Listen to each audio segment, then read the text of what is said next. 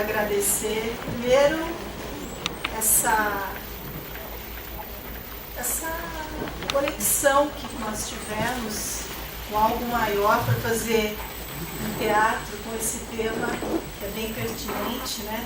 Ficar assim lotadinho. Eu queria agradecer a todo esse conhecimento que nos foi deixado. Agradecer ao convite, ao palestrante, por ter aceitado o convite, o Dr. Rodrigo, todos os nossos parceiros, que foi assim muito fluido, que foi acontecendo sem muito esforço, então foi muito gostoso. E vocês que deixaram os compromissos, a casa. E acho que a gente tem alguma coisa em comum, né? Um propósito comum. E a gente vai saber um pouquinho mais. Eu queria só, vocês já viram um monte sobre o Dr. Rodrigo, mas eu queria só reafirmar, né, que ele, além de médico, ele é praticante de Kundalini Yoga e professor. É coautor do projeto de meditações no auxílio de transtorno obsessivo compulsivo do ILPD, no Departamento de Psiquiatria do Hospital das Clínicas da USP, e membro do Núcleo de Cuidados Integrativos do Hospital Sírio-Libanês. Não me apresentei, né? A maioria me conhece por isso. Eu sou Lúcia Morgan, da SAMAT, e esse mês está sendo um presente. Vocês, ele, o pessoal que veio de São Paulo, amigos, professores, porque a SAMAT faz 31 anos, fez dia 7 de setembro. Então a gente está comemorando isso também. Então, muito obrigada. Seja bem-vindo.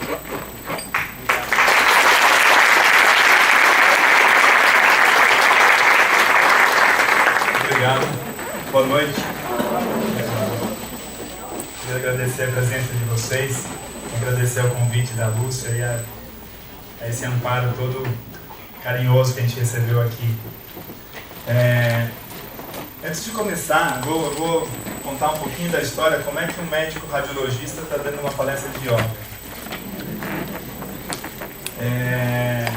Eu sou nascido em Bauru, no interior de São Paulo, e fui estudar medicina por uma questão meio familiar. Entrei na faculdade um pouco cedo, eu tinha 17 anos, entrei na faculdade com 21.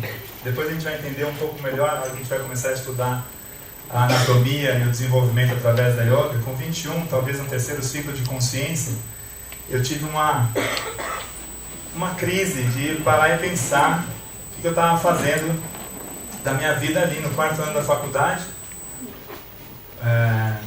A Faculdade de Medicina da USP, ela originalmente é uma faculdade de cirurgia, é uma faculdade, naquela época, eu estou formado há mais de 20 anos, naquela época ela era bastante cartesiana, não que não seja muito hoje. E aí eu me deparei com algumas dificuldades de continuar o curso, de parar o curso. Imagine em casa como é que foi. Mas eu, na ocasião também, eu praticava polo aquático e recebi um convite para ir jogar polo aquático nos Estados Unidos. Eu fui. A contragosto do meu pai, eu fui. E lá encontrei um pouco do que a gente vai falar aqui hoje. Isso foi em 94, 95. Mas eu voltei para a faculdade, me formei, fiz radiologia. e casei com uma médica.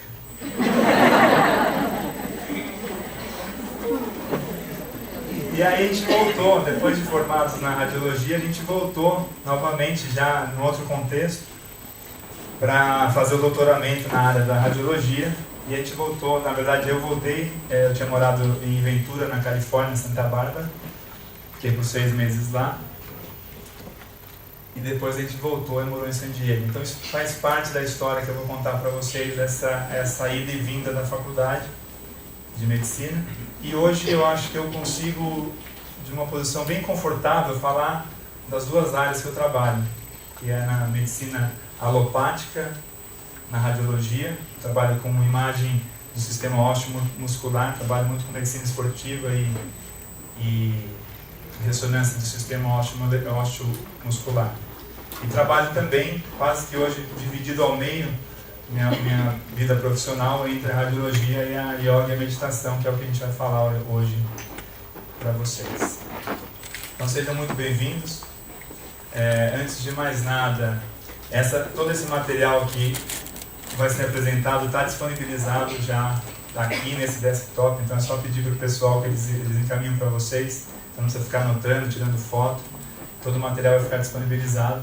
E no final tem os contatos para a gente poder continuar a conversa.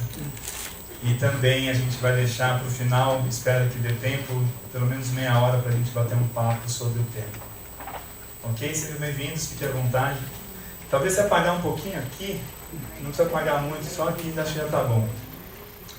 Então a gente vai falar de yoga, meditação e medicina. Antes de mais nada, a gente vai colocar um pouquinho de conceito do que é yoga e como a yoga pode ser traduzida, como ela pode ser conceitualizada. Eu sei que tem bastante gente no público que é praticante ou professor de yoga, mas sempre vale lembrar alguns conceitos, né?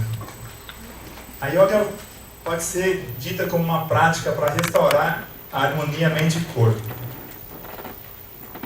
Ela tenta a fusão da consciência individual com a consciência universal.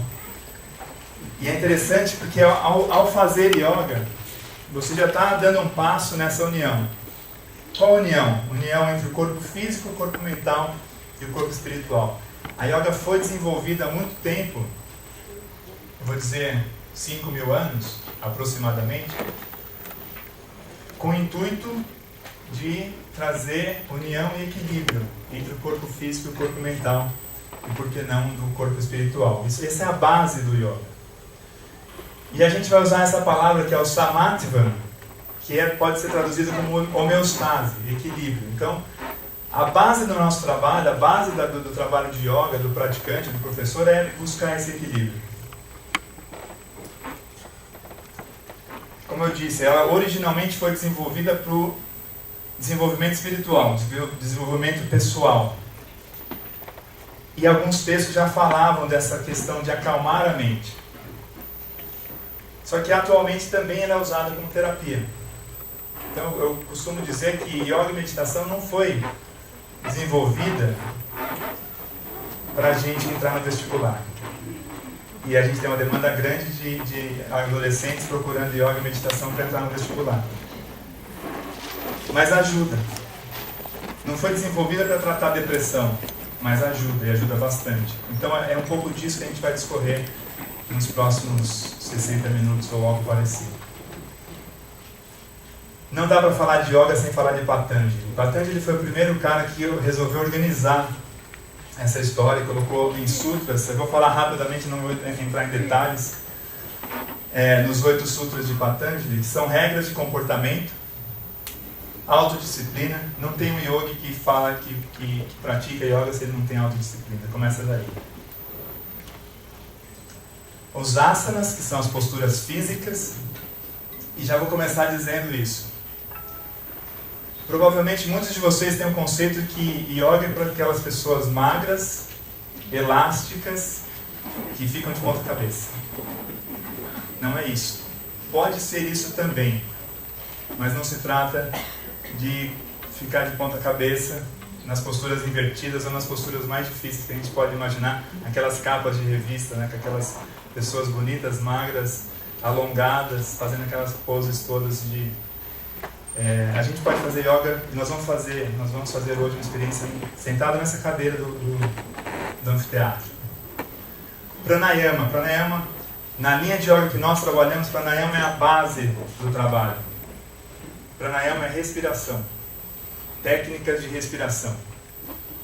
O corpo físico segue a mente e a mente segue a respiração. Se você quer começar alguma história de tomar um pouco de conhecimento, um pouco de controle sobre a sua mente, comece com a sua respiração. Pratyahara, controle dos sentidos.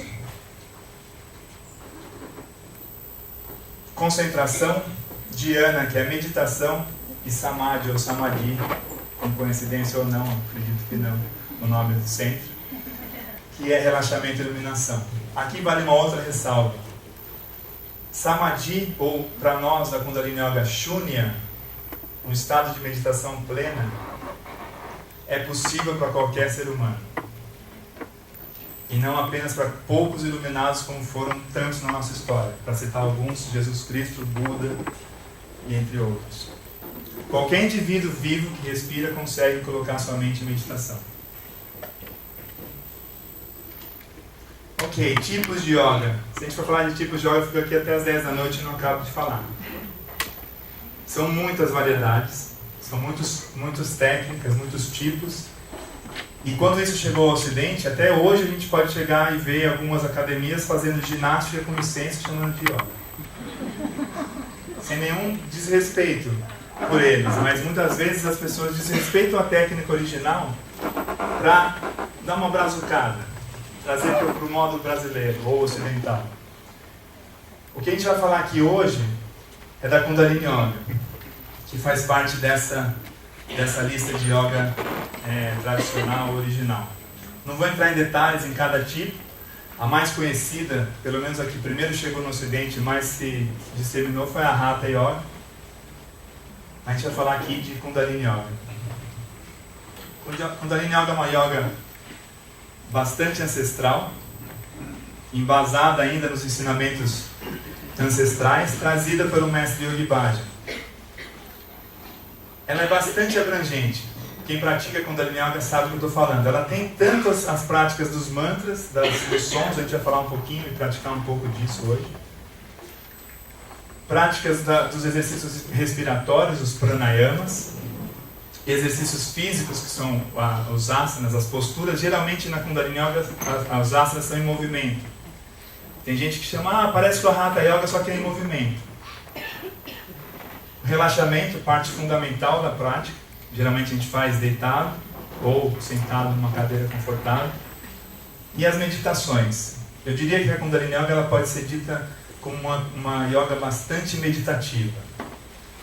E por muitas vezes é difícil você diferenciar durante a prática o que você está fazendo é yoga ou é meditação. Então a gente não diferencia. Porque é difícil mesmo. Porque a ideia básica, fundamental da Kundalini Yoga é colocar a pessoa em meditação. É a pessoa se colocar, melhor dizendo. A pessoa se colocar em meditação. Então, o trajeto, desde o começo, que começa a entoar os mantras, faz a respiração, alongamento, atividade física, relaxamento e meditação, todo esse trajeto é para levar a mente no neutro, na meditação. Então, é difícil dizer, isso é yoga ou meditação? Na Kundalini Yoga é praticamente a mesma coisa. Ora um pouco mais ligado no corpo físico, ora um pouco mais ligado no corpo respiratório, nas respirações, ora um pouco mais no corpo mental, nas meditações. São relatos antigos, uma tradição secreta e sagrada na antiguidade. Poucas pessoas tinham acesso a Kundalini Yoga, até que em 1968, Yogi Bhajan, esse cara aqui, resolveu trazer a técnica para o Ocidente. Ele fundou a 3HO, que é uma instituição que organiza isso tudo, esses ensinamentos. E aí já começa um pouco da nossa história. Isso aqui é final da década de 60, começo da década de 70. Então Yogi Bhajan chegou no Ocidente. Imagina um indiano, professor de yoga, chegar na Califórnia. Naquela época onde estava acontecendo isso aqui. Woodstock. Aquela juventude, na época, procurava muita coisa com as drogas. Então, num primeiro momento, olha que interessante esse dado histórico, num primeiro momento, ele se deparou com alunos, com indivíduos que procuravam yoga e que eram e que, na época, voltando lá nos tempos de década de 70, começo, as drogas disponíveis eram maconha e LSD, não tinha esse vasto cardápio que a gente tem hoje.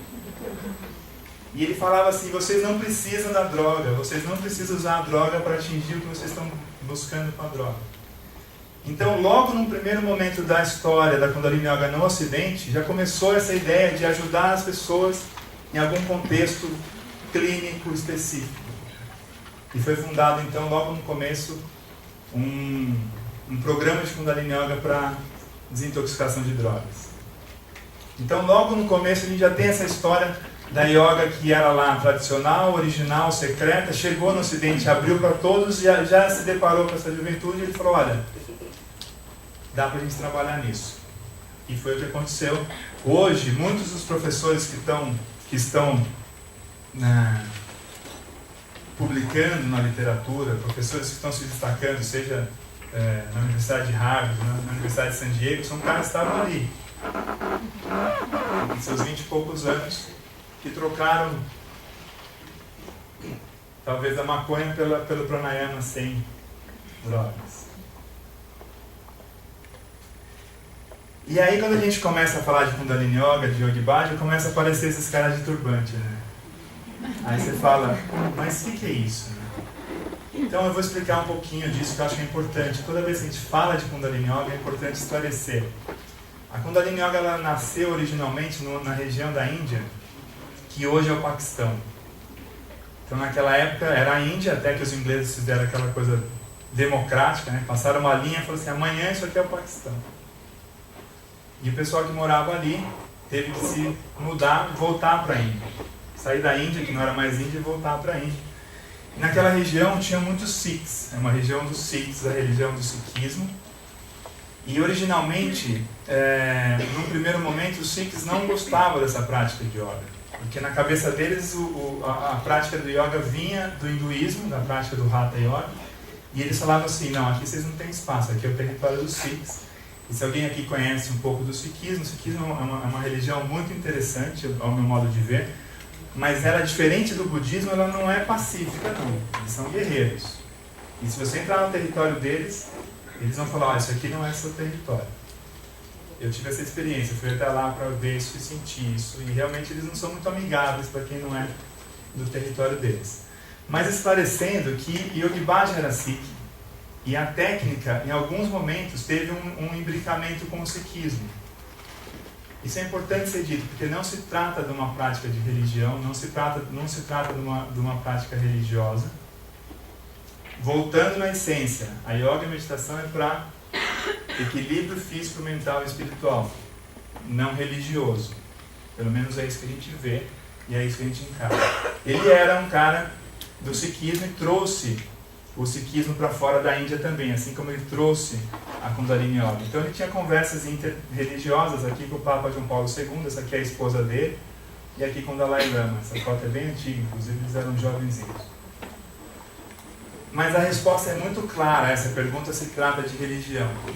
Não, não se trata de religião. A gente vai fazer técnicas, a gente vai trabalhar com técnicas, equilíbrio, mente e corpo, e toda vez que a gente faz isso, a gente desperta ou trabalha a espiritualidade. Eu não sei se para vocês é bem claro isso ou não, a diferença entre religiosidade e espiritualidade. A espiritualidade, eu gosto muito desse conceito que a Guru Sangha trouxe para a gente. Ela pode ser definida de uma forma bem objetiva. É um estado mental que busca. Se você está buscando alguma coisa, você está exercendo sua espiritualidade. Não necessariamente ligado a alguma religião. Pode ser ligado a alguma religião, mas não necessariamente. Uma relação, buscando o quê? Uma relação de algo que vai além de nós, da nossa existência física. Algo que dá algum sentido para a nossa existência. Que vai além das circunstâncias. Então isso, eu gosto dessa definição de espiritualidade. Se você para e começa a pensar e refletir e meditar você já está atuando a sua espiritualidade, exercendo a sua espiritualidade. É provável que vocês conheçam no seu cotidiano alguma pessoa muito espiritualizada que não segue nenhuma religião. E o contrário também. Algum religioso fervoroso que não segue a espiritualidade. Então, só para deixar claro isso, eu gosto no começo da conversa da Kundalini Yoga deixar claro o que é uma coisa e o que é outra. Então, a gente não está falando de nenhuma religião, e sim de uma prática mente e corpo. E Yogi Bhajan foi em vida ainda reconhecido pelo Congresso americano como um grande humanitarista, ao lado de Luther King, Madre Teresa de Calcutá e o Papa João Paulo II, que eu mostrei a foto deles. Então essa é a introdução sobre o que a gente vai falar hoje, que é a Yoga, a meditação e a medicina, onde que elas conversam, como é que está essa conversa entre as práticas ancestrais, técnicas, eu diria uma ciência milenar, com a ciência atual, a ciência convencional. Então a gente vai mostrar um pouco hoje aonde a ciência está entrando, investigando as técnicas ancestrais e um pouco sobre como a gente tem atuado na medicina usando a meditação como forma de ajuda complementar ou integrativa. Começa daqui, né? Yoga, meditação e medicina. A yoga não é fundamentada na doença. A ideia da prática é trazer samatva, equilíbrio, homeostase. Atenção de forma ampla e global. Hoje, a gente vê a medicina bastante fragmentada.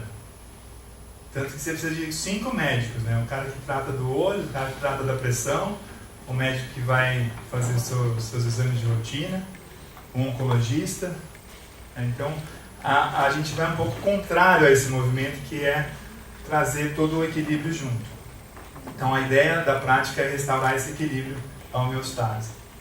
Esse é um cara importante, bastante importante na minha história, que eu estava contando para vocês no começo. Quando eu morei na Califórnia pela segunda vez, já casado, fui com a minha esposa, eu estava fazendo meu doutoramento em radiologia, e eu já praticava yoga, já praticava meditação. E aí eu comecei a pesquisar na literatura médica o que estava sendo falado sobre as técnicas de yoga e meditação, e encontrei alguns artigos desse cara, do David Chanahoff.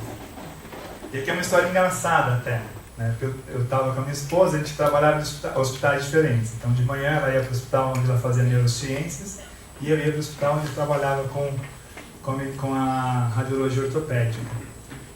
E aí no primeiro break, a gente começava 7 horas da manhã pontualmente, até às 9 parava para um café. E aí eu mandei um e-mail, eu li um artigo desse cara, mandei um e-mail para ele, falei, olha, eu li seu artigo e queria saber um pouco mais dessa tal de Kundalini Yoga, como é que eu posso fazer para obter essas informações? Foi um e-mail super curto, não deu meia hora, estava respondido. Você mora onde? Você mora no Brasil? Porque meu e-mail era .com.br. Aí eu falei, não, eu sou brasileiro, mas eu moro em San Diego. Para encurtar a história, ele estava a 500 metros de distância, na mesma universidade. Daí eu falei, olha, eu saio daqui às 5 da tarde, eu vou aí te conhecer, pode ser? Pode. E aí foi muito interessante, porque eu, às 5 horas, acabei o expediente lá da radiologia e fui atrás dele. E cheguei lá, era Instituto de Ciências Não Lineares. Aí eu cheguei na portaria e falei, vim atrás do David. Ele falou assim, olha, vai até o final e vira à direita e você vai ver um cachorro grandão assim, é ali. Tudo bem, cheguei lá, tinha um Golden Retriever desse tamanho, maravilhoso, Buba. Eu falei assim, será que eu tô tão louco que eu tenho que conversar com o cachorro? Essa foi a sensação. E ele estava atrás da pilha de papéis, ele estava ali no escritório dele, não era no espaço de yoga, era no escritório da universidade. E aí saiu um cara assim, ele. Eu falei, bom, com o cachorro não tem que conversar, mas com esse cara aí eu tenho que conversar. Chegou um turbantado com uma barba até aqui, falou, o que você quer? Eu falei, olha, vim aqui, eu te escrevi e tal. Ele falou assim, brevemente, a gente conversou um pouquinho, ele falou assim, terça-feira, nesse endereço, custa tantos dólares. Foi essa a nossa conversa inicial. Aí eu cheguei em casa, né? Falei, você não acredita? Falei pra Maria, falei, olha, você não acredita. Eu li um artigo, mandei um e-mail pro cara, e falei com ele, marquei uma consulta. Custa tanto. Na época, né, contando cada dólar assim, que eu estava estudando, ele falou, vai, você tem que ir. E aí começou a história da Kundalini na minha vida. Ele me ensinou algumas técnicas e falou, faça isso. Em suma daqui, mais ou menos isso que ele falou. Ele é da linha de Yogi Bhajan, lá atrás. Não alisa ninguém, gente. Não é, vem aqui, o que está acontecendo? É assim que faz. E quem teve contato com o mestre Yogi Bhajan sabe que era assim. Eu não tive contato pessoal com ele, mas tive contato com o David, que estava ali no Woodstock. Bobear na foto, a gente procurar, acha ele ali. E foi o cara que me ensinou. Ele me ensinou muito. Ele falou assim, você vai fazer isso todos os dias. E aí eu comecei a fazer todos os dias. Confesso para vocês, se não deu uma semana, eu falei, eu vou ter que ir atrás desse cara, porque realmente está me fazendo bem. Então eu fui um dos caras uma das pessoas que se encanta com a Kundalini Yoga logo de cara. Não é sempre assim. Às vezes vai um tempo, ou às vezes não vai. Às vezes a pessoa fala, não é para mim, é outra técnica, não é para todo mundo, cada um tem uma história. Né? Eu digo isso porque uma vez até a gente fez um retiro, Kundalini Yoga e meditações e o Zen Budismo. Foi esse o tema do retiro, lá na Subai. Chegamos lá, estávamos nós da Kundalini Yoga e o pessoal do Zen Budismo e a monja Koen, que é sensacional, estava nesse retiro. Então a gente praticava Kundalini Yoga, aí tinha uma pausa, Zen Budismo.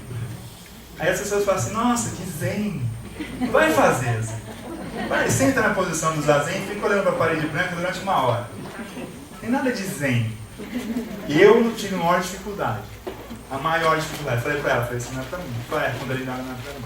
Cada um tem a sua história, o seu movimento, a sua energia, e é assim que acontece. Mas aí eu comecei a praticar com o Kundalini Yoga, fiquei encantado com o Kundalini Yoga. E aí eu fazia aulas, aí eu vi que ele dava aulas em grupo. Toda semana eu ia na aula dele, continuava o meu estágio na radiologia. Depois de concluir isso, depois de 1 ano e pouco, eu voltei ao Brasil e ele falou assim, eu fui tirar uma... Cheguei no final ali e falei, eu queria te agradecer, você me fez muito bem, posso tirar uma foto? Olha no site que tem.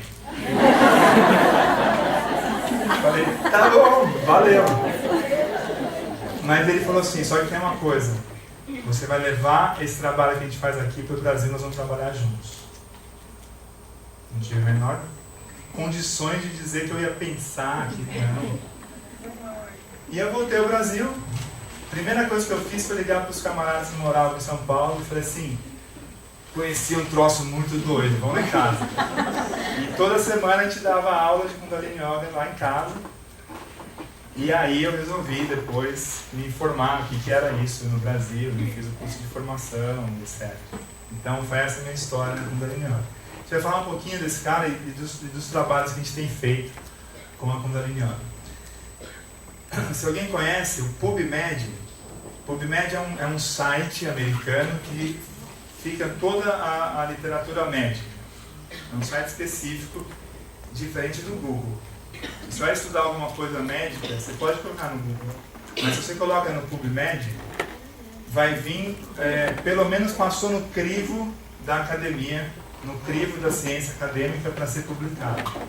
A gente pode discutir o quanto que é esse crivo, mas de qualquer maneira é algum assunto que passou pelo crivo do PubMed para estar ali publicado. E você colocar yoga ou meditação no PubMed, tem 7.026 artigos publicados. Tem muita gente estudando isso. Tem muita gente estudando isso. Isso não é de agora. Isso aqui, ó, 1952, já começaram a estudar. Isso é na Índia, fazendo alguns estudos de eletroencefalograma de pessoas em meditação. Como é que esse cérebro funciona? Então isso não é tão atual, lógico que comparado com toda a história que a gente trouxe aqui, é recente. Também, em 1965, vendo a oxigenação, eletrodos em todas as musculatura, vendo os efeitos do pranayama. E a gente vai falar um pouco disso. Hoje é um pouco... Nós vamos entrar num território um pouquinho mais acadêmico, mais científico, talvez um pouquinho mais árduo para alguns, mas espero que desperte interesse na grande maioria. E eu, por questões didáticas, eu vou separar como a gente tem feito para estudar os efeitos das posturas, dos pranayamas e das respirações em cada um no seu contexto. Então, vou falar um pouquinho das meditações. Não dá para falar de meditação sem falar um pouco da qualidade da mente. Quando a gente estuda a mente do ponto de vista do yoga, a gente tem essas 3 divisões, tamas, rajas e sattva. Tamas é aquela mente que empacou. Não tem movimento. Tá? Boa parte das pessoas depressivas se encontram aqui, nessa qualidade da mente um pouco mais empacada. Acho que eu falaria, o termo melhor para traduzir seria esse. Enquanto rajas é movimento, agitação. Vocês conhecem alguém assim que não para e fala?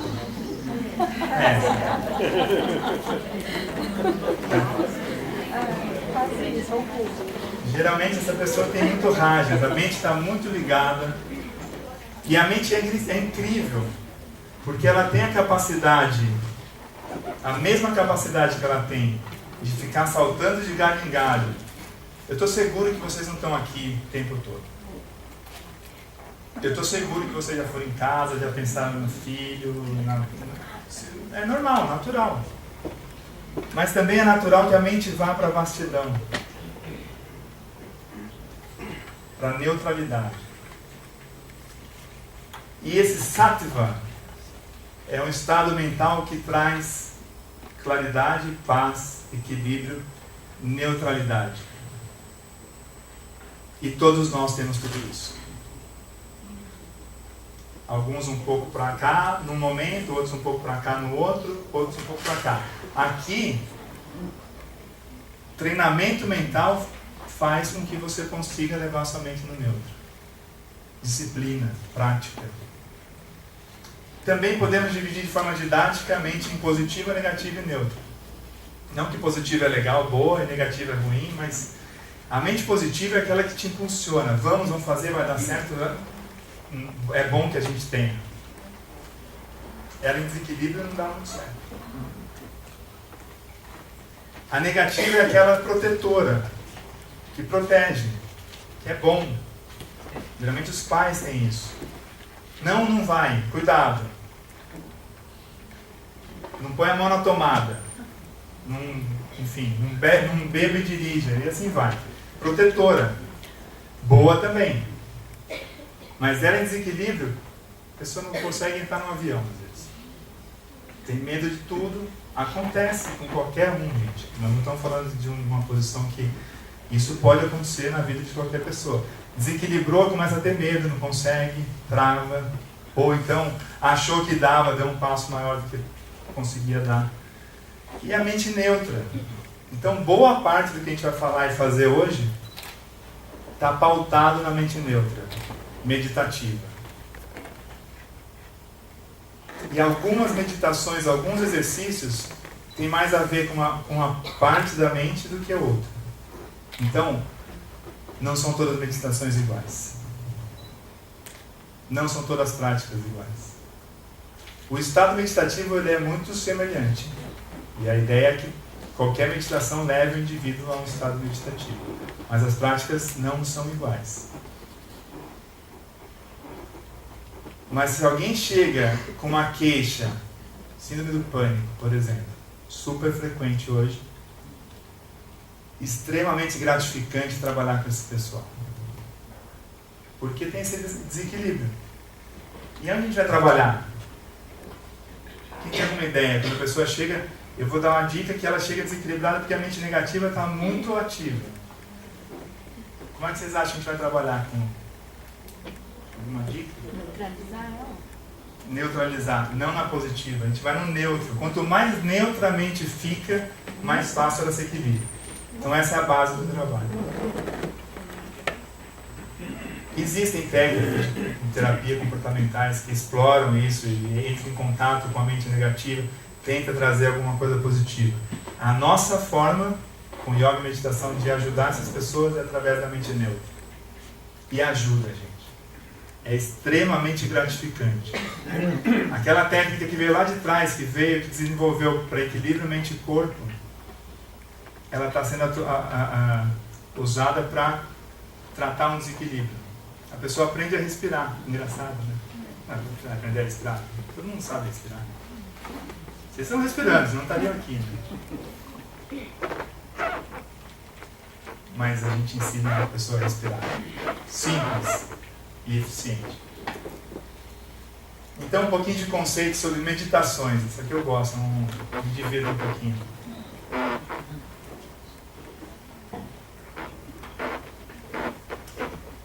Às vezes parece que eu dou um soco no peito quando está andando no corredor do hospital, a pessoa fala assim, vou meditar sobre isso. Não medita sobre nada, gente. Você pode pensar, dialogar, conversar, refletir. Meditar, você não vai meditar sobre alguma coisa. Não é ausência de pensamentos. Se alguém aqui tem esse conceito, é porque veio esse conceito pra gente. Ah, meditar é não pensar em nada. Fácil? Não. Impossível? Também não. Porque se a pessoa for achar que meditar é não pensar em nada, vai falar, nunca vou conseguir. Se a pessoa acha que meditar é não pensar em nada, é fácil, é só sentar e não pensar em nada. Então vamos lá, valendo. 1, 2, 3, fecha o olho e não pensa em nada. Vamos lá, 1, 2, 3, fecha o olho e não pensa em nada. Não dá, gente. Ah, não é não pensar em nada. São técnicas elaboradas e na nossa forma de estrutura, técnicas estruturadas para levar a mente em meditação. O pensamento vai entrar? Te garanto que vai.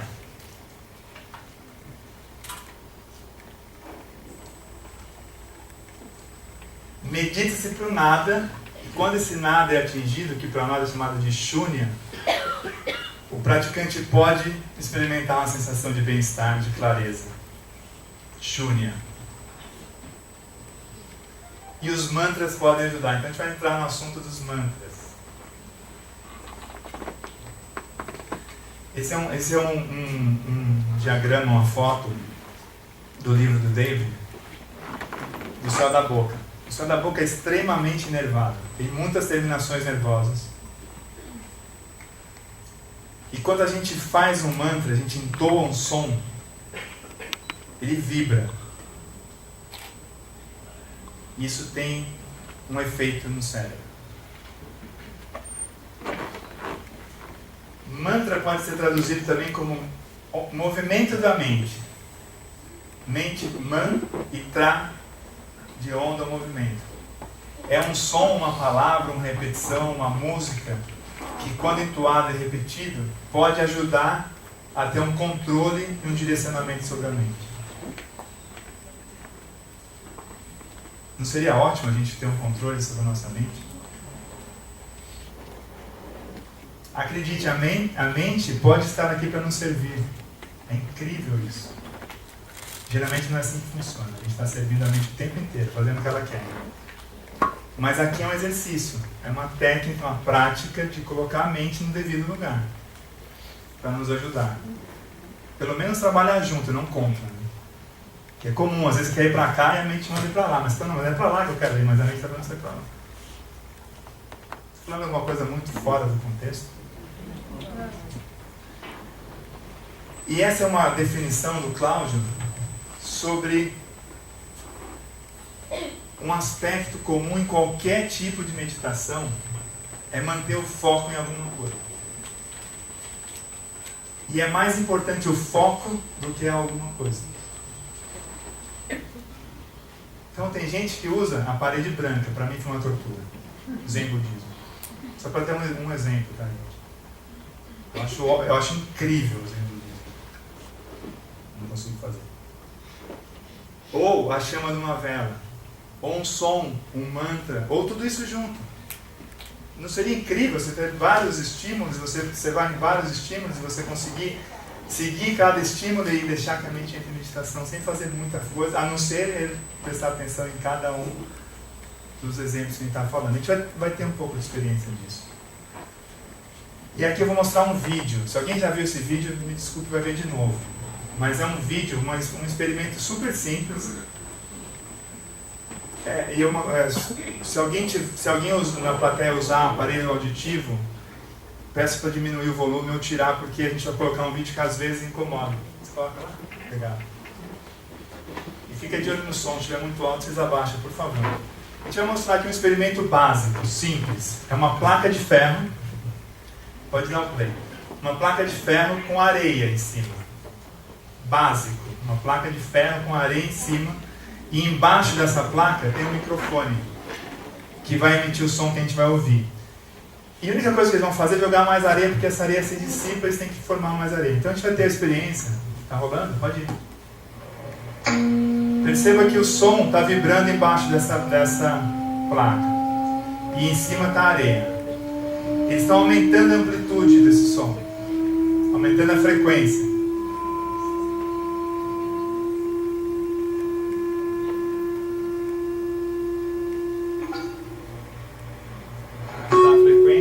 Mais areia.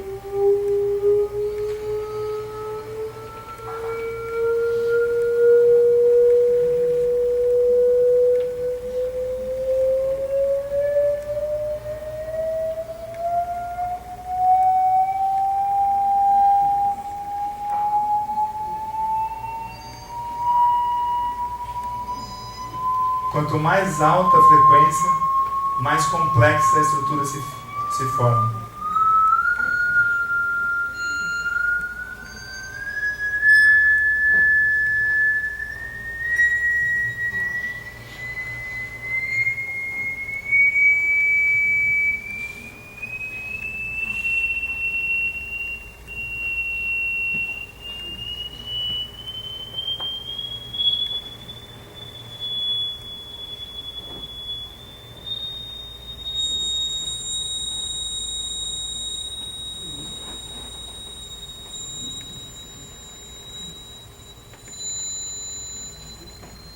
Está acabando.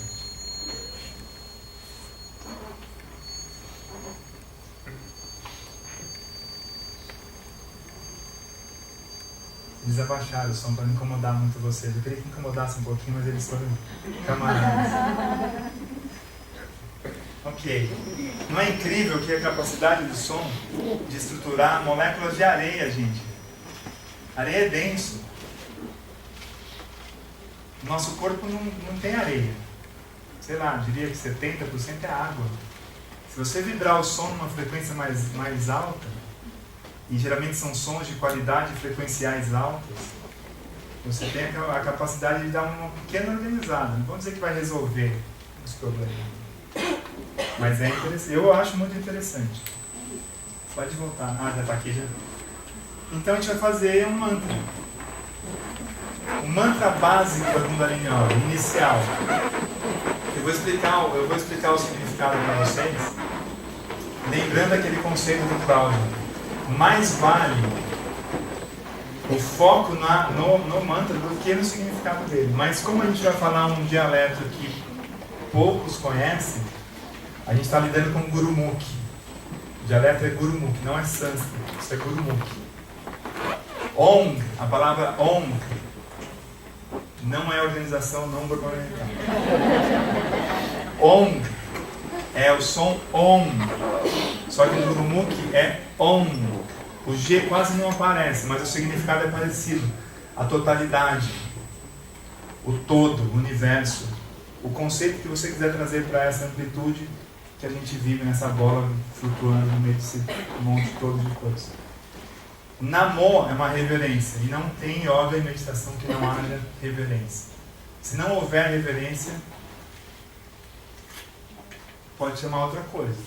Tecnicamente corpo, relaxamento, mas não é yoga e meditação. Uma reverência plena.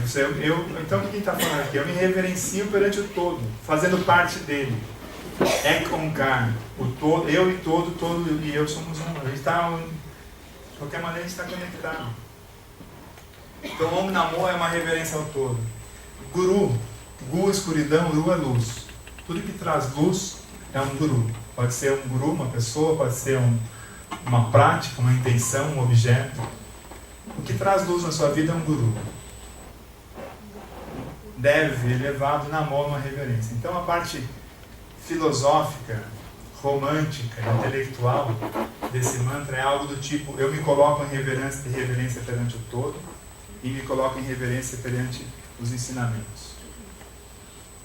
Voltando no assunto, pouco importa o significado. Eu acho que é interessante saber, e é bonito assim, são sons de alta frequência. Não está falando blá blá blá blá blá blá blá. Está falando Om Namo Gurudev Namo.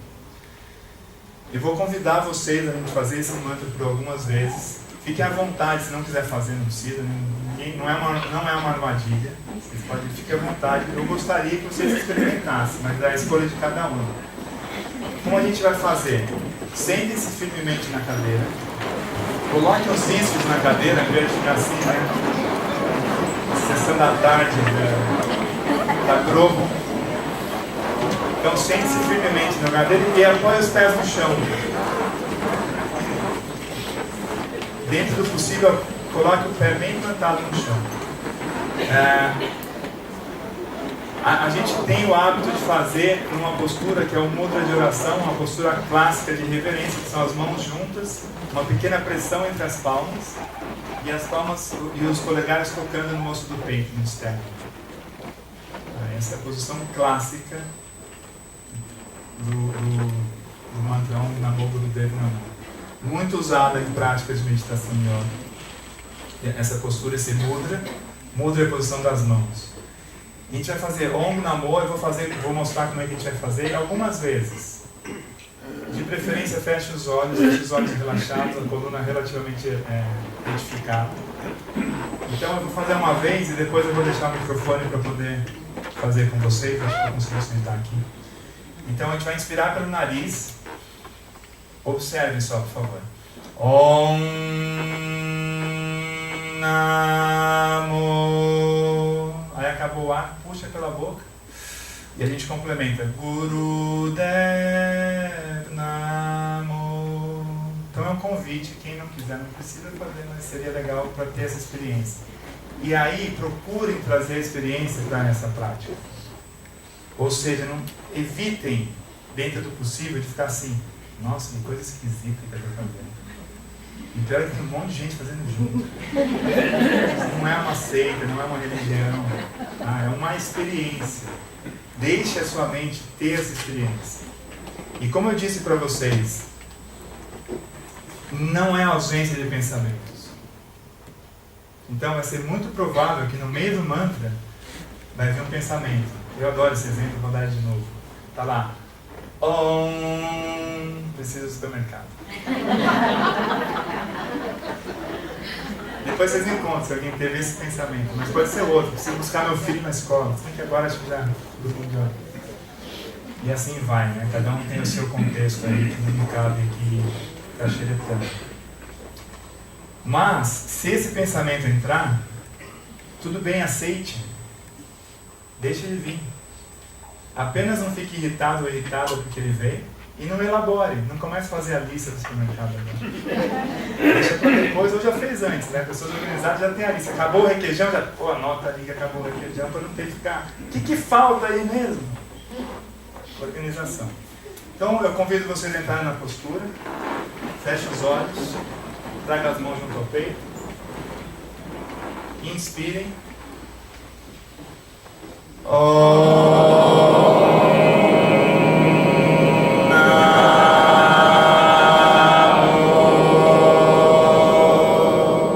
Inspire pela boca. Gurudev Namo.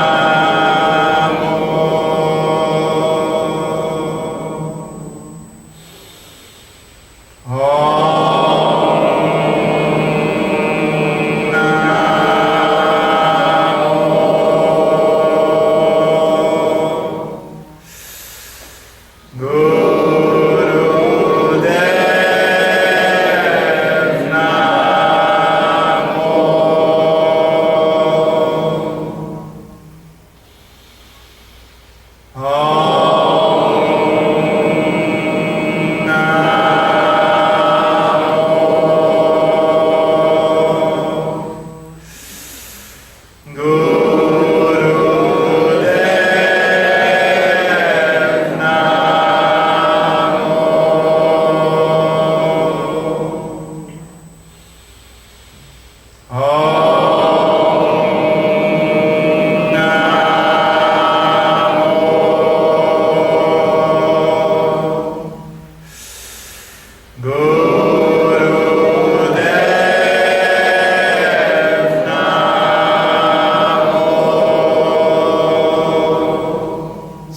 respiração.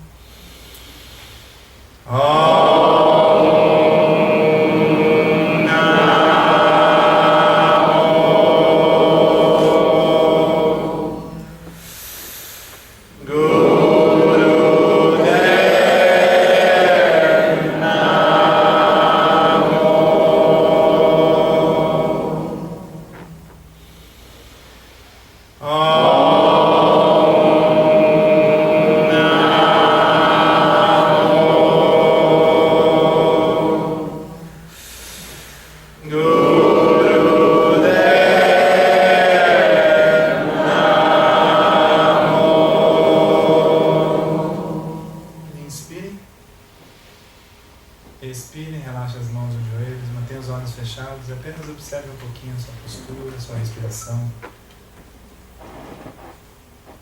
Observe um pouquinho como o ar está entrando no peito, como você está se sentindo, como está a sua mente agora. Mas a gente vai falar um pouquinho sobre as respirações. Então, muitos estudos foram feitos a partir do ensinamento de que quando você respira por uma narina, acontecem algumas coisas, quando você respira por outra, acontecem outras coisas. Eu vou resumir, não vou entrar trabalho por trabalho, mas vários artigos foram publicados. Esse é um artigo do David, ele escreveu um livro inteiro sobre isso.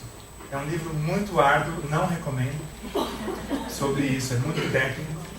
Mas ele estudou assim, ele colocou os indivíduos no magnetoencefalografia, que vê um pouquinho da função cerebral.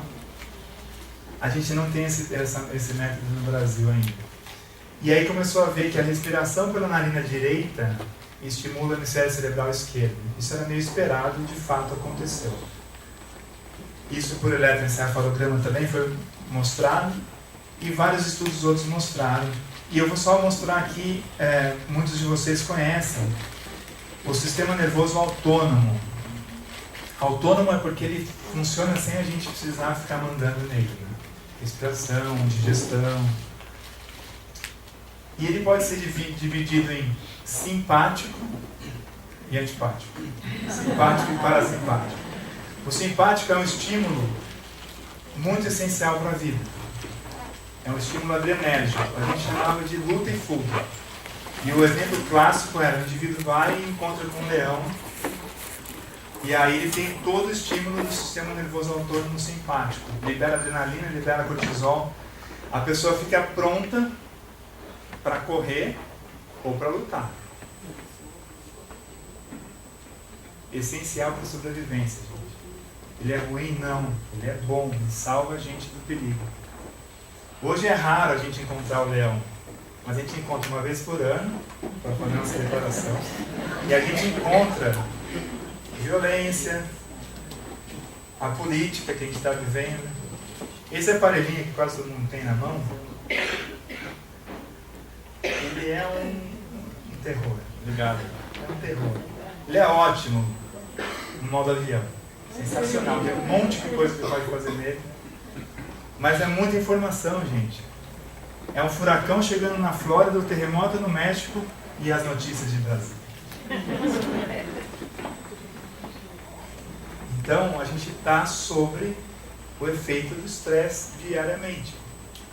Sistema nervoso simpático ativado. Se a gente não equilibrar um pouquinho, isso a médio e longo prazo, viver sob esse estresse, não é tão legal, não é tão bom. E aí eles estudaram isso. As respirações, conforme você faz o pranayama, você estimula um sistema autônomo simpático ou parasimpático. Em vários experimentos, tá?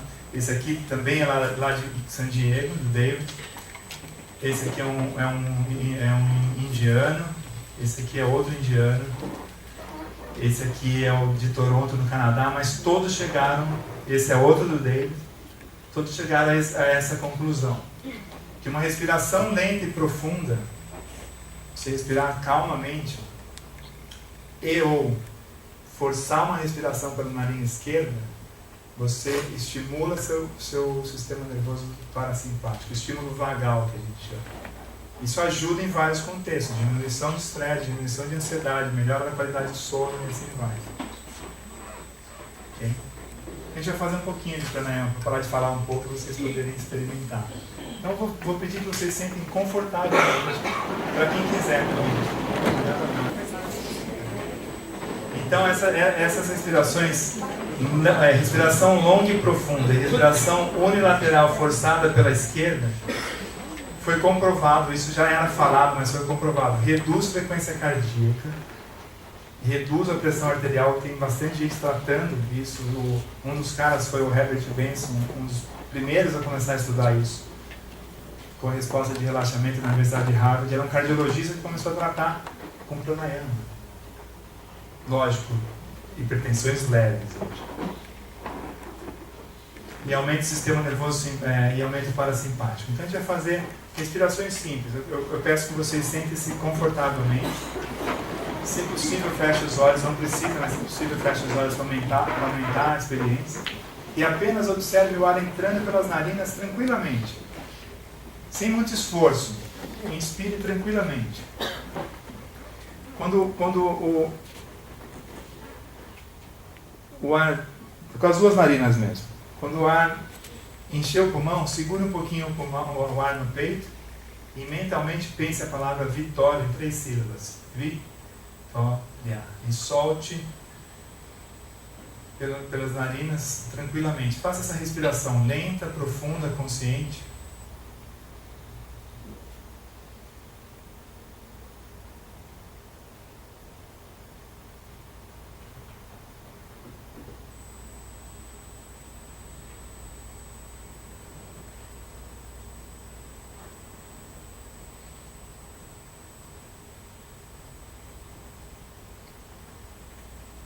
Dê ênfase na sua respiração, solte todo o ar sem muito esforço, como se os pelos do nariz não fossem mexer com a respiração.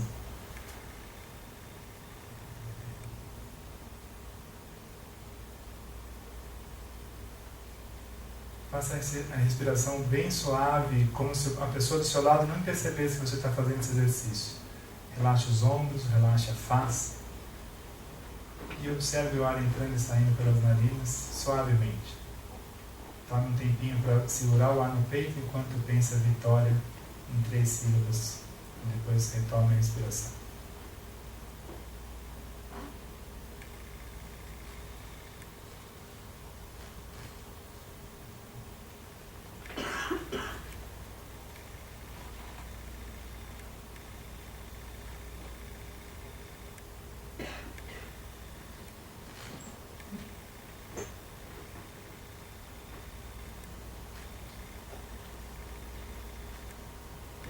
Continuem, só que agora vocês vão tampar a narina direita com o polegar direito e continuar essa respiração suave apenas pela narina esquerda.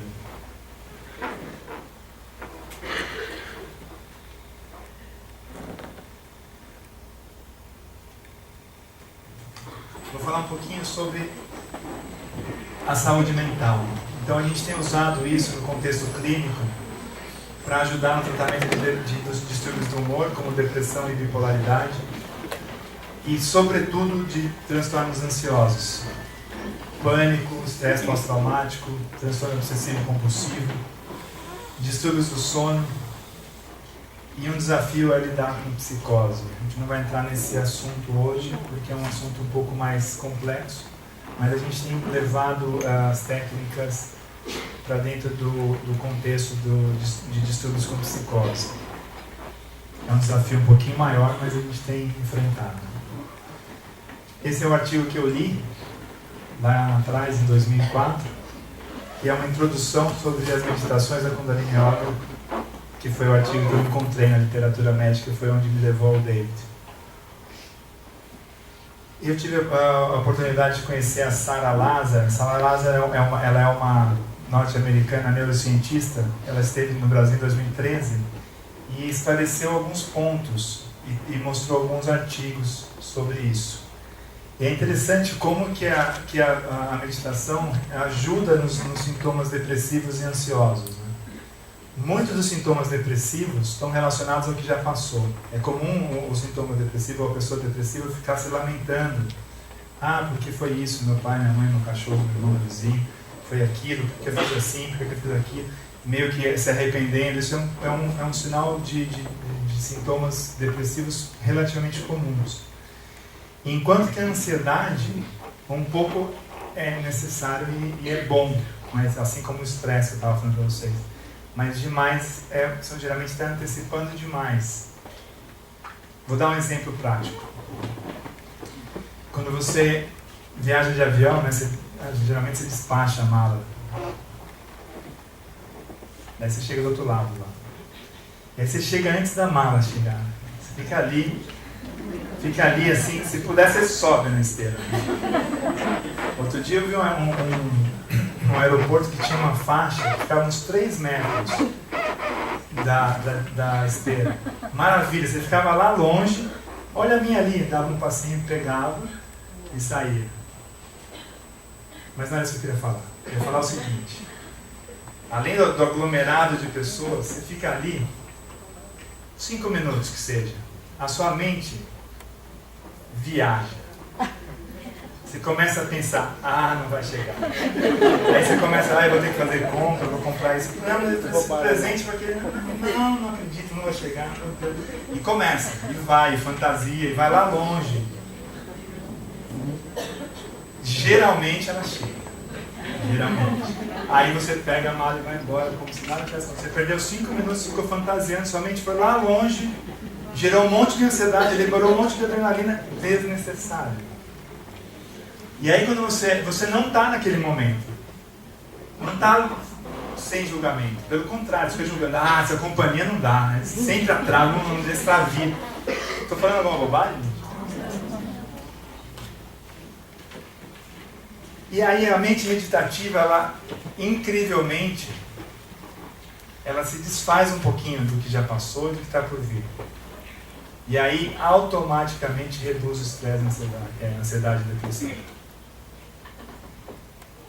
Por isso está sendo usado no contexto clínico e cada vez mais sendo usado. Outros benefícios reportados. Se tem uma sensação de calma e bem-estar, pode ser que tenha sensação de calma e bem-estar que vai além do que o momento da prática. Alguns estudos falam que o tempo de prática, ele dura 10 vezes o tempo de prática que você fez. O efeito da prática. Na nossa linha de Kundalini Yoga, a gente recomenda uma prática diária de 2 horas e meia no começo do dia. É o recomendado. Quase ninguém faz, tá? Vou deixar bem claro. Mas o recomendado são 2 horas e meia, porque você passa suas 24 horas e ganha 1 hora de lambuja para você ficar sob o efeito da meditação. As pessoas disciplinadas fazem por 40 minutos, meia hora, 20 minutos e tá bom, hein? Tá bom. Diminui os níveis de marcadores no sangue do estresse. Isso foi mostrado. Aumenta a capacidade e o ânimo para você enfrentar as dificuldades do dia a dia. Tudo isso foi reportado. Melhor atenção e memória. Aí ela ganhou espaço dentro da neurociência. Melhora a qualidade de vida, melhora a compaixão, a empatia. Gente, melhora bastante coisa.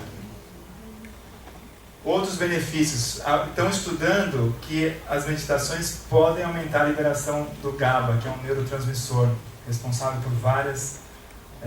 a ausência dele por várias doenças e a presença deles, prevenção de algumas doenças.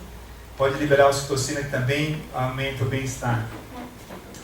Esse foi um estudo que ela fez usando mindfulness, original mindfulness, tá, gente? Não é o mindfulness tomando café, não é o mindfulness fazendo salada, é mindfulness, 8 semanas, 1 hora todo dia.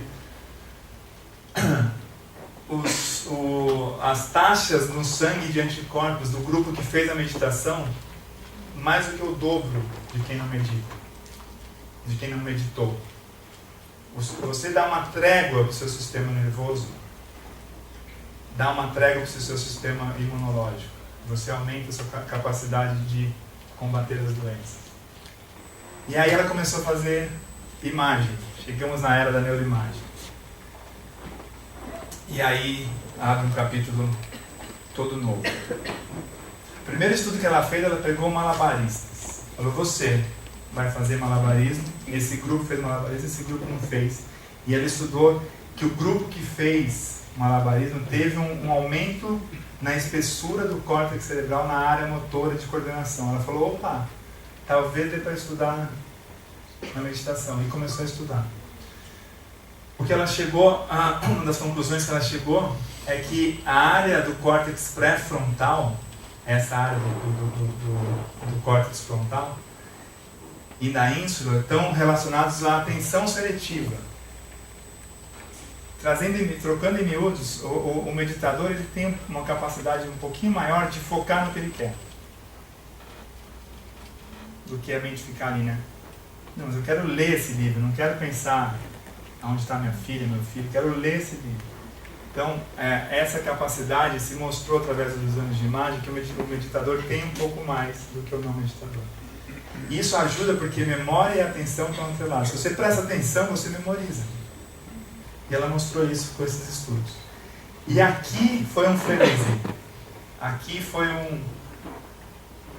um auge, assim, que ela estudou a espessura do hipocampo.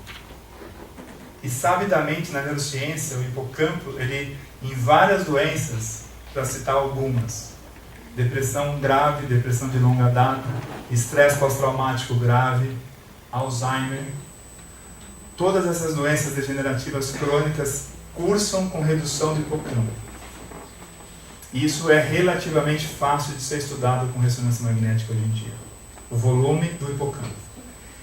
E ela mostrou que os meditadores, olha a diferença da volumetria do hipocampo do pessoal que fez a meditação por 8 semanas, gente. Não é que ela começou estudando os monges, Dalai Lama ajudou nisso. Começou estudando os monges. Aí a ciência médica caiu matando, né? Lógico, o cara tem 50 mil horas de meditação. É lógico que o cérebro dele é diferente. Eu falei, tá bom, então vamos pegar uma pessoa que nunca meditou, 8 semanas depois a gente estuda. Resultado bem parecido. Então dá para treinar, dá para chegar a pelo menos melhorar um pouco. E ela mostrou que os meditadores tinham uma espessura de substância cinzenta do hipocampo maior. E aí... Parou de meditar abaixo. Se parou de meditar abaixo? Diminui. Uma boa pergunta. É uma boa pergunta. Eu não tenho dados para te falar. Eu acredito que sim. Estou falando que eu acredito. Porque é muito plástico. Existe mesmo. A tal da neuroplasticidade é um fato. Eu acho que sim. Obrigado pela sua questão. E eu vou falar disso para praticamente... Tem mais 2 trabalhos para mostrar e a gente encerra com a meditação.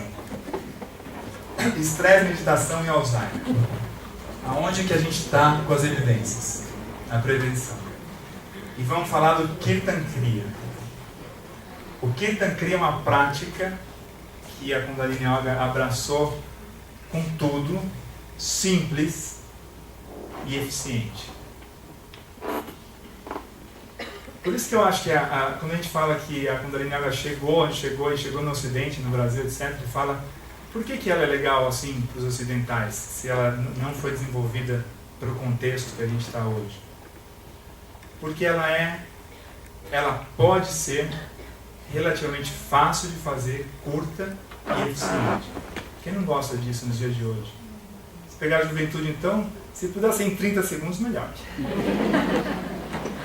A gente fala, vira e mexe a gente recebe esses adolescentes para prestar vestibular, aí você pergunta, quanto tempo você acha que você consegue meditar por dia? Aí olha com a cara assim, não esperava aquela pergunta. 5 minutos?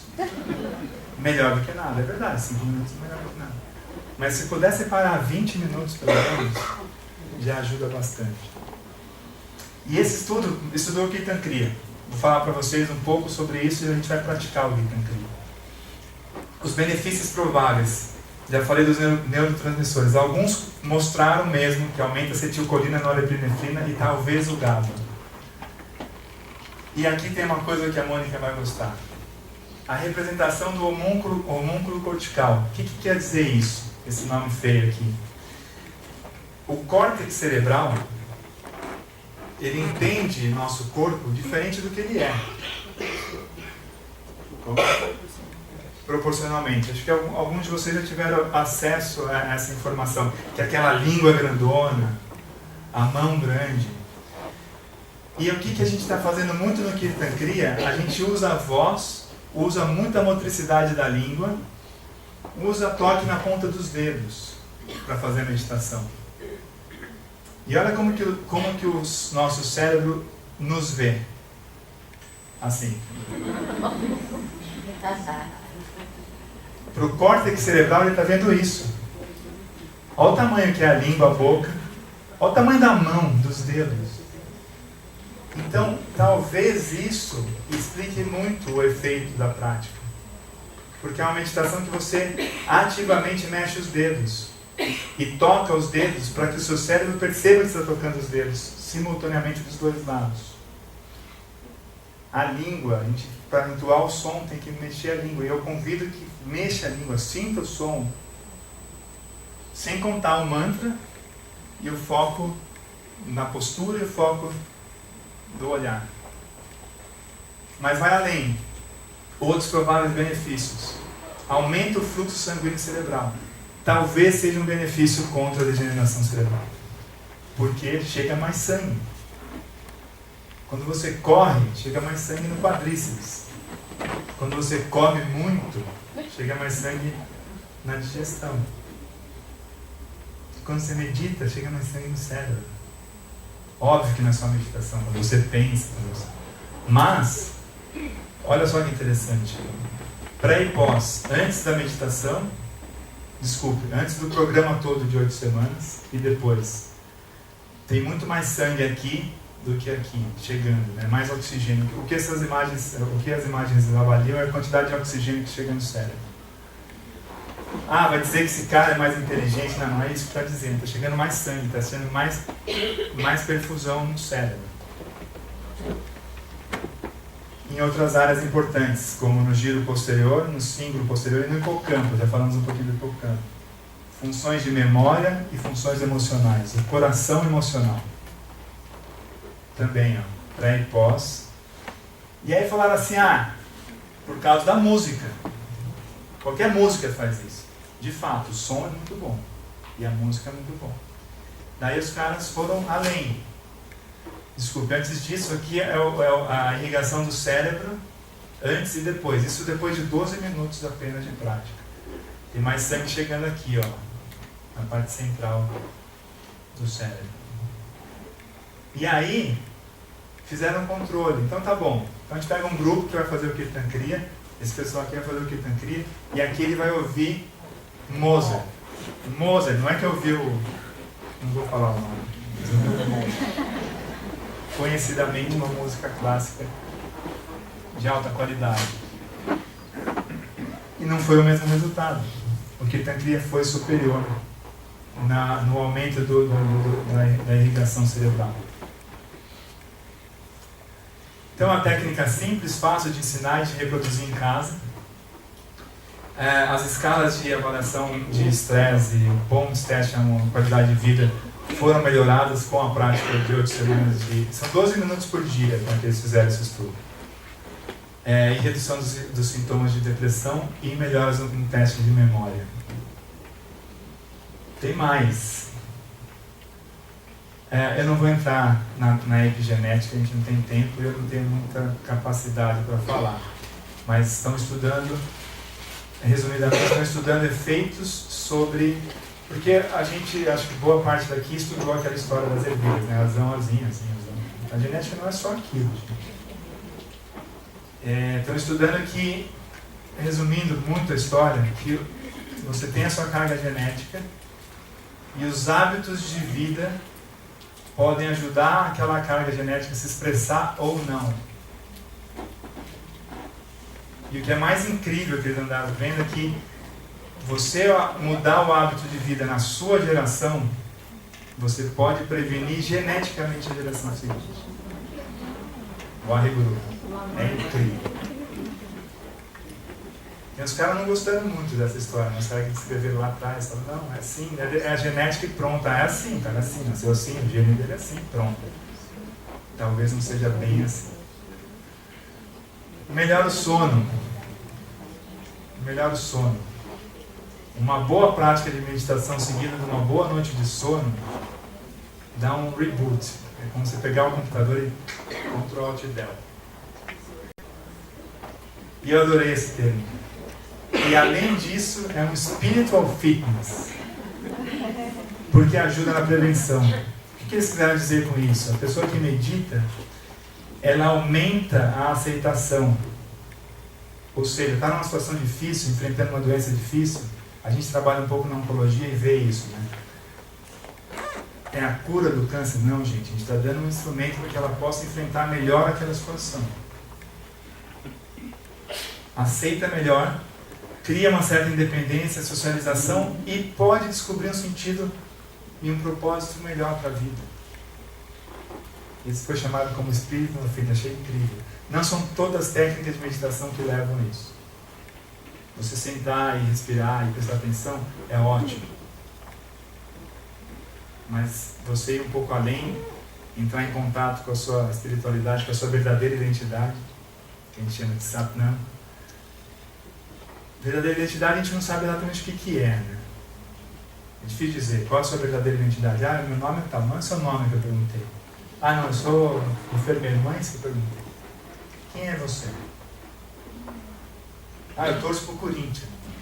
Quando a gente for embora, e assim, uma novidade, talvez não seja, mas a gente, se tudo correr bem, a gente vai morrer. Se tudo correr bem. Então aceitem isso, faz parte da vida. Se correr bem, a gente vai envelhecer e morrer bem. Mas se puder ter um pouco mais de sentido, um pouco melhor. Uma vez eu dei uma palestra dessa em Fortaleza, e aí lá no fundo o cara levantou a mão e falou assim: e o Dibaj é vivo? Eu falei: não, ele deixou o corpo físico, ele faleceu com 75 anos. Tá vendo? Morreu! Que bom que a gente morre, gente. Imagina ter que aguentar isso tudo, 200, 300 anos. Ouvindo as notícias lá da Brasília, 19 horas. E esse é eu vou encher um pouco mais, mas é rápido. Esse é um trabalho incrível de uns amigos do coração, os caras lá do HC, do Einstein. O Edson Amaro é um querido amigo. E esse trabalho merece reverência porque pela metodologia que eles usaram. Eles separaram dois grupos. Na verdade não separaram nada. Eles pegaram uma turma toda e uma turma não fez nada demais, continuou a rotina, e uma turma pareada em termos de sexo, idade, blá blá blá blá, fez um retiro de meditação. Se eu não me engano, foram 10 dias. Foi um retiro intenso de meditação. Depois, todos esses indivíduos entraram na máquina de ressonância magnética funcional e fizeram um estudo funcional. E aí a gente podia saber quem tinha feito, porque geralmente nesses estudos assim, você não pode saber quem que fez, quem que não fez. O biomédico não pode saber porque vai queimar o estudo. Esse podia, até porque era fácil. A pessoa que chegou do meu retiro chegava rindo, fazendo assim. Fez o retiro, logo, vai lá, entra lá e faz esses testes. E aí eles fizeram essa avaliação. O incrível é que foi tudo feito por um software de computador. Eles fizeram a ressonância de todos os indivíduos. E o computador, por estatística, começou a ver como é que era o cérebro, se tinha alguma maneira de agrupar. Ah, isso aqui parece com esse parece com esse. Método estatístico matemático puro. E foi incrível o resultado. O computador deu uma acurácia de 94,87%. Isso é bem alto. De indivíduos que tinham esse padrão de ativação cerebral. E foram olhar, foram os caras que estavam na meditação. Isso foi super reverenciado como um belo estudo de metodologia, porque é imparcial total. E chegaram a essa conclusão, que os meditadores tinham um estímulo no tálamo, que é o nosso coração emocional, se a gente pode dizer isso. No giro pré-central, falei um pouquinho dele, da atenção, etc. Nessa parte da região frontal inferior e do endocórtex. Resumindo para o português, as diferenças entre os meditadores e não meditadores foi que as áreas sensitivas e motoras que sugerem que os meditadores têm mais facilidade do que de tomar consciência do que está chegando no cérebro. Então a gente percebe um pouco melhor. Ter controle seletivo sobre esses estímulos. E aqui eu vou fazer uma pausa. Eu gosto de uma frase que é assim: entre o estímulo e a ação mora uma vida. Entre o estímulo e a ação mora uma vida. Para dar um exemplo do cotidiano, você está no trânsito, aqui eu espero que não seja tão ruim quanto em São Paulo, mas você está ali, aí entra um cara milhão de fecha. Esse foi o estímulo. Qual ação você vai fazer? Cada um vai ter um. Buzinar, xingar, mandar dedo, descer do carro para brigar, dar tiro, né? Dá um tiro no carro. Ou você fala, putz, não viu, sei lá. Então, entre o estímulo e a ação mora uma vida. E a meditação ajuda, pode ser um milissegundo, te dá um pouco desse espaço de tempo para você tomar a atitude que você acha mais apropriado. Ah, o meditador acerta assim? Não é isso que ele fala, mas ele está um pouco mais alinhado. Ele fala assim, sabe, chega em casa e aí a patroa dá uma reclamadinha, você fala, não vou brigar. Porque se começar, você já sabe o começo da sua ação onde vai chegar. Você fala, não vale a pena. Deixa a escova de dente apertada no meio, dá tudo certo. Não tem mais isso, né? Agora não é fácil. Acabou essa brincadeira. E aumenta a observação de processos internos. Eu falei que era o último, mas não era. Esse aqui é o... Vou passar rapidinho para fazer um tempo, ter um tempinho para conversar.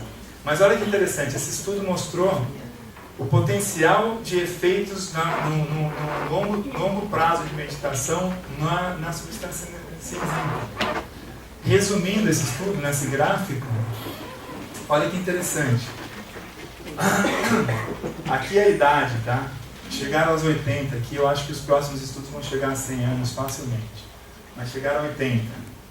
E aqui é a espessura do córtex cerebral, substância cinzenta.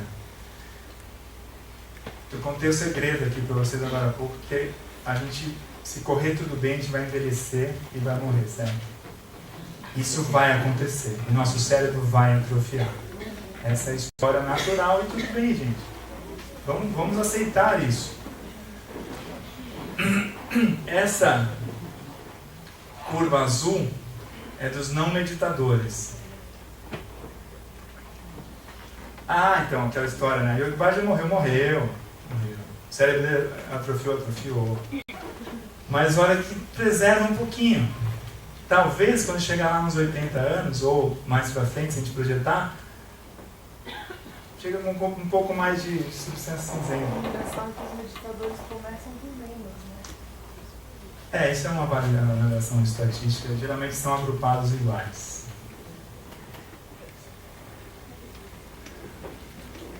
Esse é um estudo também, eu adoro esses estudos. Então... Prometo que é o último. Porque a gente geralmente fala no ambiente de saúde, a gente está no ambiente de saúde. Então a gente fala o seguinte: o cuidador, e todos somos cuidadores, né? Ele precisa se cuidar. Sinceramente, se abrindo o jogo, é uma hipocrisia o cara achar que vai cuidar de alguém sem se cuidar. É mais fácil fazer isso do que fazer isso, até anatomicamente, né? É mais fácil apontar do que se apontar para você mesmo. Mas qualquer cuidado começa em você, isso não é egoísmo, pelo contrário.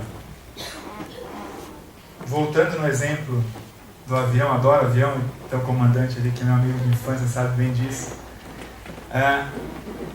Quem nunca entrou no avião e fala assim: em caso de despressurização da cabine, máscaras de oxigênio cairão sobre a sua cabeça.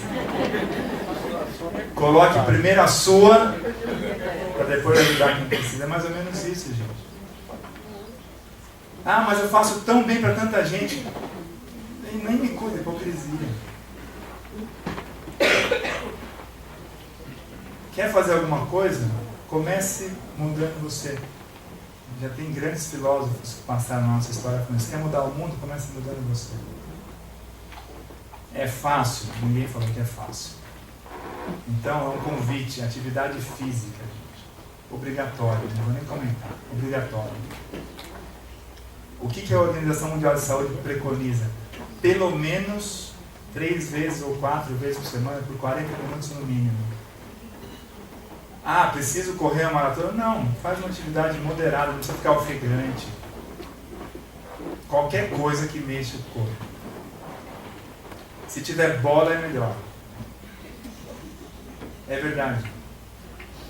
Pessoa que joga tênis ou futebol, qualquer esporte que tem uma bola, ele tem que prestar atenção na bola, além de mexer o esqueleto. Mas na ausência de capacidade ou condições de praticar um esporte, vai correr, andar, pedalar, nadar. E meditem. Por isso, por causa desse estudo. Esse estudo foi o seguinte: eles pegaram 2 enfermarias, enfermaria A e enfermaria B, mais ou menos pareada em termos de patologia, sintomas, etc. E a única intervenção foi nos cuidadores. Quem cuidou dessa enfermaria praticou o Zen budismo. Quem cuidou dessa enfermaria não fez nada diferente do que fazia na vida rotineira. E avaliaram o resultado do tratamento nos indivíduos. Incrível essa metodologia. E chegaram à conclusão de que os indivíduos que foram tratados pelos cuidadores que fizeram a meditação tiveram um resultado melhor no tratamento do que os outros. Eu achei incrível esse trabalho.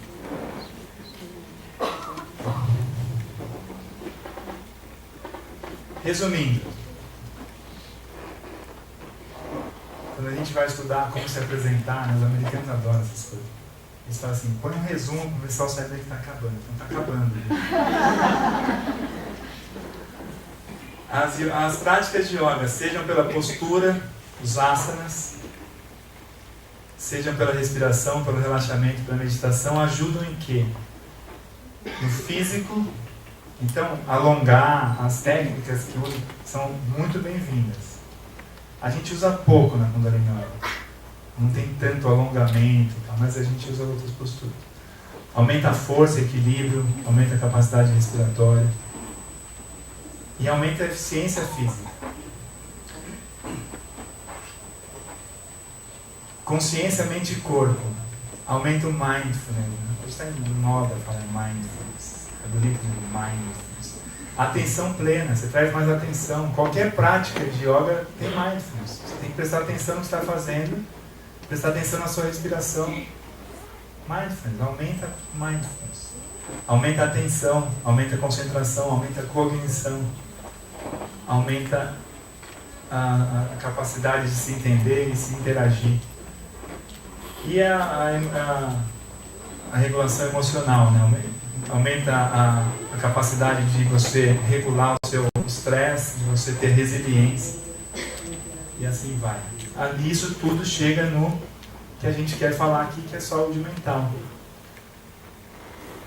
Muda seu comportamento, muda seu estado mental e aumenta a sua saúde mental e sua performance.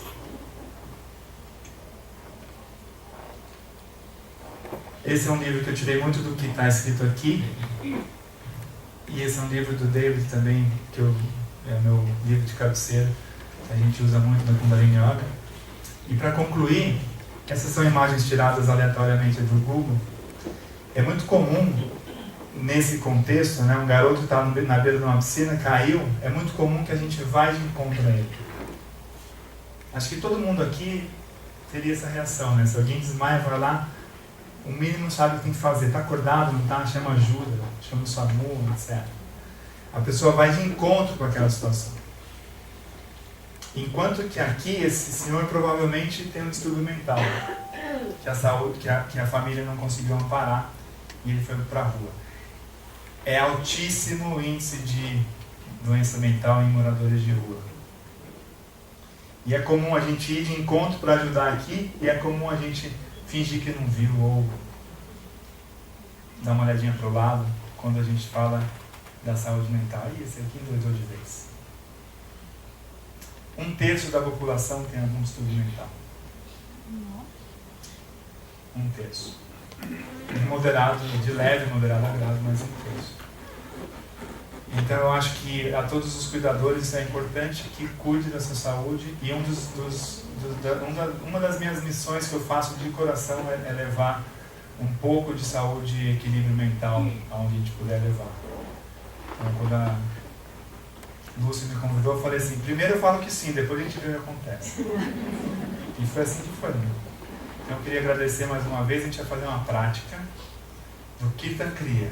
Para quem quiser, obviamente, novamente, a porta nem foi fechada, não é uma armadilha, vocês são obrigados a fazer. Para que a gente faça, eu vou explicar como é, a gente vai ter a ajuda no áudio. Esse áudio é facilmente disponível pelo YouTube ou Spotify, para quem usa. Eu não estou fazendo propaganda de ninguém, não ganho royalties por nada disso, nem pelos livros, nem pelo Spotify, mas isso tudo está disponível. Esse aqui para quem conhece, esse aqui é o maior yogi do universo. Para quem conhece também, esse é o maior yogi do universo. Mestre Yoda, nosso guru, está ali na cabeceira da cama também. E que a força esteja com você. Isso aqui é meu e-mail. Esse é um site bem simples que eu criei. Para quem quiser trocar e-mails, estou à disposição de vocês. Todo esse material está disponível aqui em PDF, no desktop aqui da faculdade. A gente vai fazer, eu achei que eu tinha colocado aqui, mas o mantra e esse é mais importante do que o primeiro de ser explicado para não se confundir. Satanama. Satanama. Antes que haja alguma interpretação errônea, vou explicar o que significa. Sa quer dizer expansão à neutralidade ao infinito. Vocês estão comigo ainda? Sim. Sa quer dizer isso, expansão ao infinito. Ta, início, começo, vida. Na, fim, término, morte. Ma, reinício, recomeço, renascimento. Satanama é um ciclo todo. Como a gente vai fazer essa prática? Relativamente simples. Sente-se confortavelmente. Apoie os discos no cimo da bacia, não nas costas. Se quiser apoiar as costas, apoie de leve. O seu apoio maior está no assento da cadeira, não nas costas. Os pés plantados no chão. A gente vai entoar esse mantra da seguinte maneira: Sa, Ta, Na, Ma. Eu vou explicar, por favor, preste atenção nos detalhes. No Sa, a gente toca o indicador. Ta, dedo do meio. Na, o quarto dedo. Ma, o quinto dedo. Sa, ta, na, ma. Sempre nessa ordem, do indicador ao dedo mínimo, nas duas mãos juntas. As duas mãos podem e preferencialmente vão ficar apoiadas com as palmas para cima no joelho, alongando a coluna, fechando os olhos e focando o ponto entre as duas sobrancelhas. A gente vai fazer Sa, ta, na, ma repetidamente. Sa, ta, na, ma. Por um tempo falando, entoando em voz alta, vibrando esse som, sentindo a vibração dele. Por um tempo sussurrando.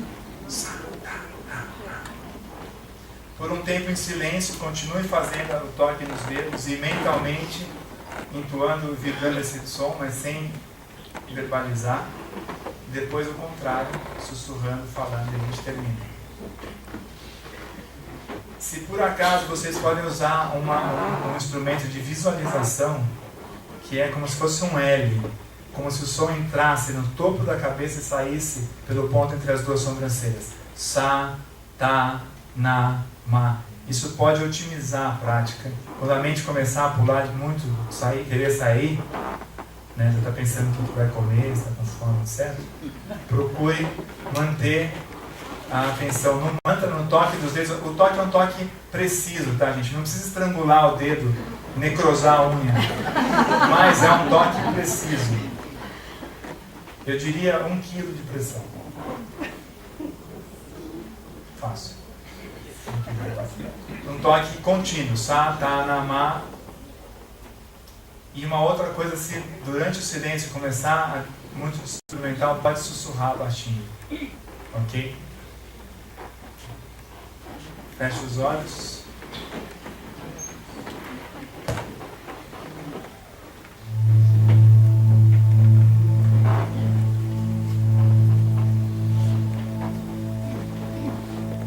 Sadhanama, sadhanama, sadhanama, sadhanama, sadhanama, sadhanama, sadhanama, sadhanama, sadhanama,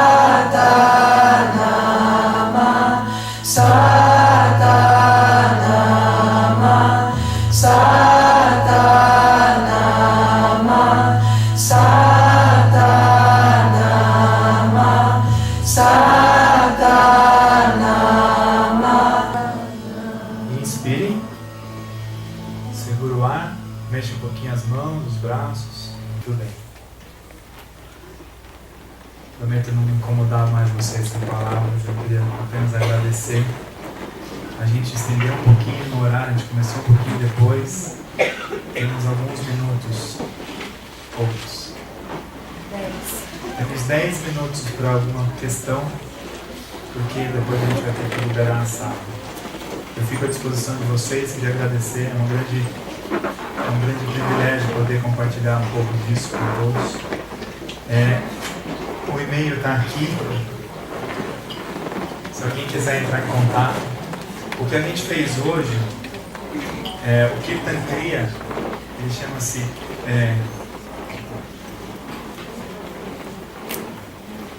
Kirtan é K-I-R-T-A-N, Kirtan Kriya, K-R-Y-I-A.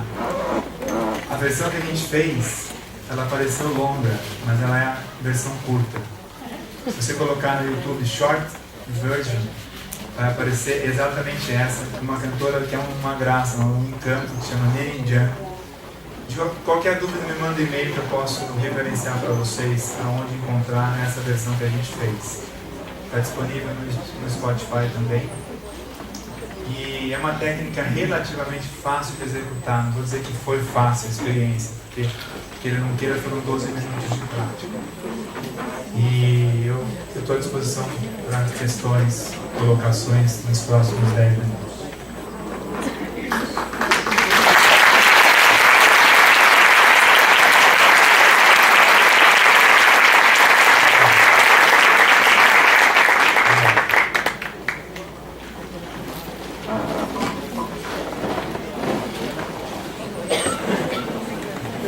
Saber se tem um horário melhor do dia e se pode haver variação dos mantras para que a gente não caia muito na rotina. Ela fez uma pergunta ótima. Então a gente vai dizer, essencialmente, embasado na nossa tradição, os melhores horários, idealmente, Amrit Vela, que é às 2h30 antes do sol nascer. Calma. Ela perguntou, tem que responder.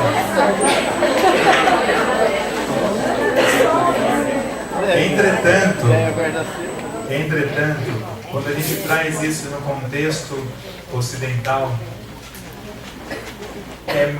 vamos dizer, é possível fazer em qualquer horário do dia. Idealmente junto com o sol nascer, vai, para não ficar tão cedo, mas o horário que é preconizado é antes do sol nascer, minutos antes até o sol nascer. Mas é óbvio que é melhor fazer uma prática com sol a pino do que não fazer. Um outro bom horário é no final do dia. Ou os yogis usavam o sol como referência. Então, ao pôr do sol e ao nascer do sol, historicamente e tradicionalmente são os melhores horários. Mas eu sugiro que façam um horário que seja adequado na sua rotina. Eu tenho o hábito de meditar entre 5 e 6 da manhã. É muito bom. Por vários motivos. É mais fácil o nosso estado mental sair do sono para a meditação do que da vigília para a meditação. A cabeça não começou a girar na frequência do dia a dia. É um pouco mais fácil você atingir a meditação nesse horário. Geralmente o ambiente onde a gente está é mais calmo, geralmente. Mas é possível que seja em qualquer horário. A gente consegue ter essa flexibilidade mantendo a essência, mas aí cada um vai achar um horário. Idealmente, repetir o horário ajuda você a criar um hábito. Você ter sempre o mesmo horário ou parecido, o mesmo local, ajuda você a criar o hábito. O mantra ser repetitivo, eu diria que a princípio é interessante ter o mesmo mantra por um tempo, e a gente usa classicamente 40 dias, 120 dias, 40 dias, 90 dias, 120 dias e 1000 dias. São números que a gente usa para repetir a mesma técnica. Então, logo no começo, quando eu comecei a dividir isso com as pessoas, eu estava muito ainda ligado ao David nessa questão e falava assim, olha, é assim que faz 40 dias seguidos. Quando você completar 40 dias seguidos, a gente volta a se falar. Não funciona, o brasileiro não tem esse hábito, não tem essa cultura. Então, faça o que é possível. Melhor fazer do que não fazer, melhor algum horário do que não fazer. Muitas vezes as pessoas vêm com queixa de insônia, então eu sugiro que faça antes de dormir. E é incrível, tem pessoas que acordam e pegam o telefone. Não sei se alguém tem esse hábito. Acorda e pega o telefone, ou seja, antes dela abrir o olho, ela já viu o WhatsApp, já viu o Twitter, o Instagram, sem sair da cama. Eu acho incrível isso, gente. Ou então vai deitar com ele, né? Fica ali até dormir. Socorro. Socorro. Seu cérebro precisa descansar. Então, um outro hábito. Ao final do dia, acabou as atividades, evitar o estômago muito cheio, mas não tem nenhuma contraindicação formal de você fazer um pique na cria com o estômago cheio. Mas é interessante não ter batido aquela feijuca e fazer uma Mas aí você faz a prática, depois da prática, naninha, vai dormir. Ah, mas não vou estar com sono. Pega um livro de papel, lê e dorme, em vez de ligar a TV, ficar no celular, ou ler o Kindle, né? Eu leio o livro, mas eu leio no tablet, com aquela luz na sua cara. São hábitos que a gente cria. E acredita, gente, é fácil criar um hábito. 40 dias. Depois dos 40, vai 90. Depois dos 90, 120. Depois 1000. Acabou, tá incluído no hábito. Questões, por favor. A gente, infelizmente, não tem muito tempo para... Pode repetir? Satanamá, uma maneira simplista de traduzir. Sa, expansão para o infinito. Ta, nascimento. Na. Vou falar em português. Expansão ao infinito. Vida, morte e renascimento. Começo, fim, reinício. Aqui, ó. Isso está no site? Essas informações que você acabou de falar? Eu acho que sim, eu não me engano, eu acho que no site está sim. Se não tiver, eu estou super à disposição de responder e-mail de vocês. Se mandar um e-mail e não responder em 2 dias, mandei de novo. Geralmente eu sou relativamente rápido para responder, mas às vezes não chega. Ou às vezes eu não consigo responder. Então se não responder, manda de novo. Um pouquinho. Se alguém quiser fazer mais alguma pergunta, leva o microfone. Eu queria aquele exercício, o primeiro que a gente fez, que era com a respiração pela boca. Assim, tudo que a gente vai aprender é que tem que respirar, inspirar pelo nariz, né? E por que esse exercício a gente tem que respirar né? Pela boca. Tem alguma coisa? Não, na verdade o Om Namo Gurudev Namo, né? Ele inicialmente foi ensinado assim, depois até a maioria das pessoas que praticam Kundalini Yoga, talvez a Lúcia faça assim, a gente inspira Om Namo Gurudev Namo, numa única inspiração. E depois? E não, a gente acrescentou essa, na verdade o Yogi Bhajan ensinou das duas maneiras. A gente acrescenta essa só para que, como eu trabalho no ambiente de saúde, às vezes o paciente está acamado, com dificuldade respiratória, a gente facilita em duas respirações. Não é uma questão muito fisiológica, não. Ok, gente. Muito obrigado mais uma vez. Estou à disposição pelo